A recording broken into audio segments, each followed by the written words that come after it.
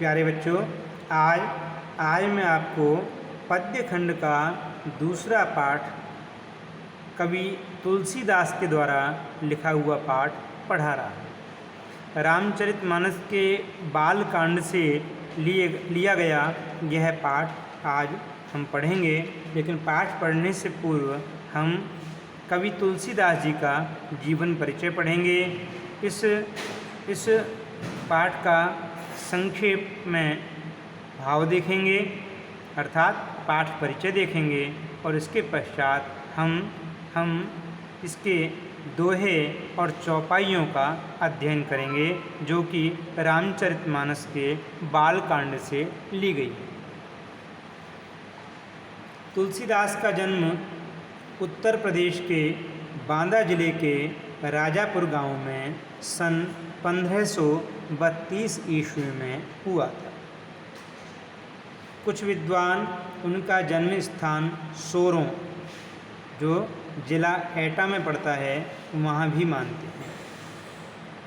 तुलसीदास जी का बचपन बहुत संघर्षपूर्ण रहा था। जीवन के प्रारंभिक वर्षों में ही माता पिता से उनका बिछोह हो गया। जब अल्पायु होती है तुलसीदास जी की, उसी समय तुलसीदास जी के माता और पिता दोनों का देहावसान हो जाता है। कहा जाता है कि गुरु कृपा से उन्हें राम भक्ति का मार्ग मिला। वे मानव मूल्यों के उपासक कवि थे। गुरु की कृपा से उन्हें राम भक्ति का मार्ग मिला और वे राम के परम भक्त हो गए, और नतीजा उन्होंने एक ऐसे महानतम ग्रंथ की रचना की, महाकाव्य की रचना की, जिसे सभी लोग बड़े श्रद्धा के साथ देखते हैं। घर घर में उसका पूजन होता है, उसका पठन और पाठन होता है। राम भक्ति परंपरा में तुलसी अतुलनीय है। तुलसी का कोई मुकाबला नहीं कर सकता राम भक्ति की परंपरा में। रामचरितमानस कवि की अनन्य राम भक्ति और उनके सृजनात्मक कौशल का मनोरम उदाहरण है। भगवान श्री राम के अनन्य भक्ति से रमे हुए तुलसीदास जी ने रामचरितमानस की रचना की थी। इसमें उनकी सृजनात्मक कौशलता और अनन्य राम भक्ति दोनों ही दिखलाई पड़ती है। इस रामचरितमानस के माध्यम से उन्होंने भगवान श्री राम का संपूर्ण जीवन वृतांत लोगों तक पहुंचाने का प्रयास किया। उनके राम मानवीय मर्यादाओं और आदर्शों के प्रतीक हैं, जिनके माध्यम से तुलसी ने नीति, स्नेह, शील, विनय, त्याग जैसे उदात्त आदर्शों को प्रतिष्ठित किया। रामचरितमानस के माध्यम से तुलसीदास जी ने न केवल राम की कहानी कही, न केवल उनका जीवन परिचय, उनके परिवार का जीवन परिचय, उनकी संपूर्ण कर्म उसे व्यक्त किया, बल्कि रामचरितमानस के माध्यम से तुलसीदास जी ने नीति, स्नेह, शील, विनय और त्याग जैसे उदात्त आदर्शों को भी लोगों के सम्मुख रखा। रामचरितमानस उत्तरी भारत की जनता के बीच बहुत लोकप्रिय है। मानस के अलावा कवितावली, गीतावली, दोहावली, कृष्ण गीतावली, विनय पत्रिका आदि उनकी प्रमुख रचनाएं हैं। तुलसीदास जी ने अवधी और ब्रज दोनों भाषाओं पर समान अधिकार रखते हुए विभिन्न रचनाएं लिखी। सन 1623 में काशी में उनका देहावसान हो जाता है। तुलसीदास ने रामचरितमानस की रचना अवधी भाषा में की है और विनय पत्रिका तथा कवितावली की रचना ब्रज भाषा में की है। उस समय प्रचलित सभी काव्य रूपों को तुलसी की रचनाओं में देखा जा सकता है। रामचरितमानस का मुख्य छंद चौपाई है तथा बीच बीच में दोहे, सौरठे, हरिगीतिका तथा अन्य छंद पिरोए गए हैं। मुख्य छंद चौपाई। विनय पत्रिका की रचना गेय पदों में हुई है। कवितावली में सवैया और कवित्व छंद की छटा देखने को मिलती है। उनकी रचनाओं में प्रबंध और मुक्तक दोनों प्रकार के काव्यों का उत्कृष्ट रूप देखने को मिलता है। अब हम देखते हैं प्रस्तुत पाठ का संक्षिप्त परिचय, अर्थात रामचरितमानस के किस कांड से किस प्रसंग को हमारी पाठ्य पुस्तक में सम्मिलित किया गया है। तो यह अंश रामचरितमानस के बाल कांड से लिया गया है।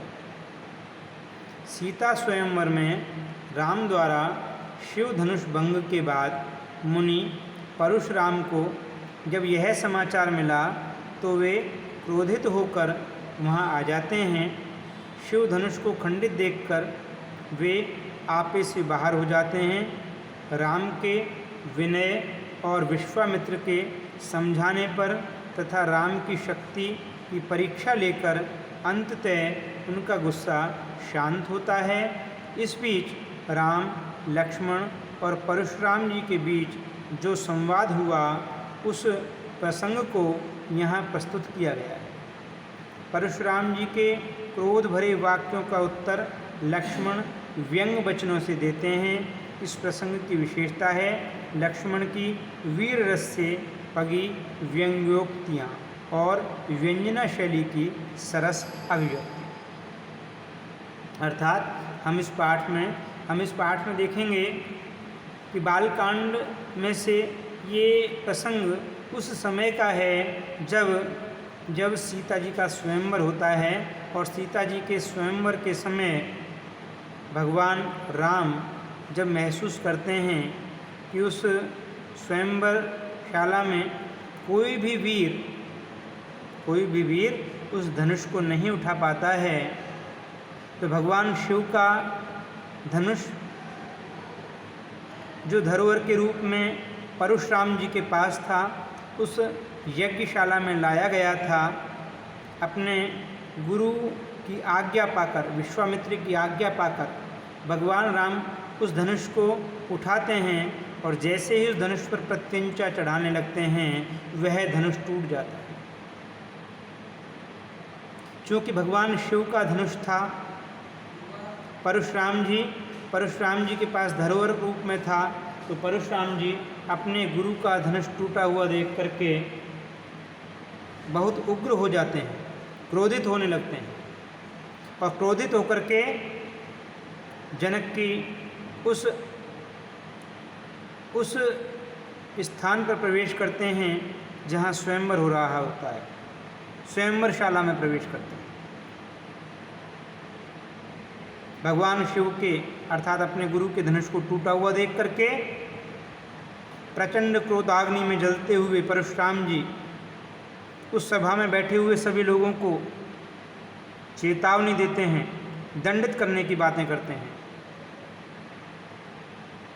भगवान राम बड़े अनुनय विनय के साथ परशुराम जी के क्रोध को शांत करने का प्रयास करते हैं, लेकिन जब परशुराम जी का क्रोध शांत नहीं होता तो लक्ष्मण जी भी अपनी उग्रता का परिचय देते हुए व्यंग बाणों से परशुराम जी को घायल करने का प्रयास करते हैं। लक्ष्मण और परशुराम जी का संवाद ये इस दृश्य में बड़ा ही मनमोहक और देखने लायक है। जब लक्ष्मण लगातार परशुराम जी का व्यंग बाणों से प्रतिकार कर रहे होते हैं और परशुराम जी का क्रोध प्रचंड रूप धारण कर लेता है, तो अंत में भगवान श्री राम इशारे के माध्यम से लक्ष्मण जी को शांत रहने के लिए समझाते हैं और परशुराम जी के सामने नतमस्तक होकर उनसे अनुनय विनय करते हैं और कहते हैं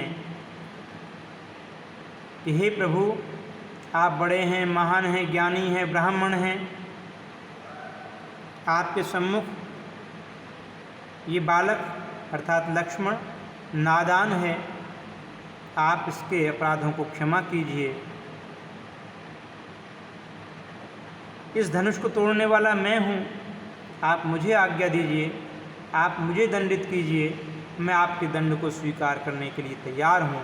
इस प्रकार से भगवान श्री राम परशुराम जी को बड़े मृदुल वचन बोल करके उनके क्रोध को, उनकी क्रोधाग्नि को शांत करने का प्रयास करते हैं।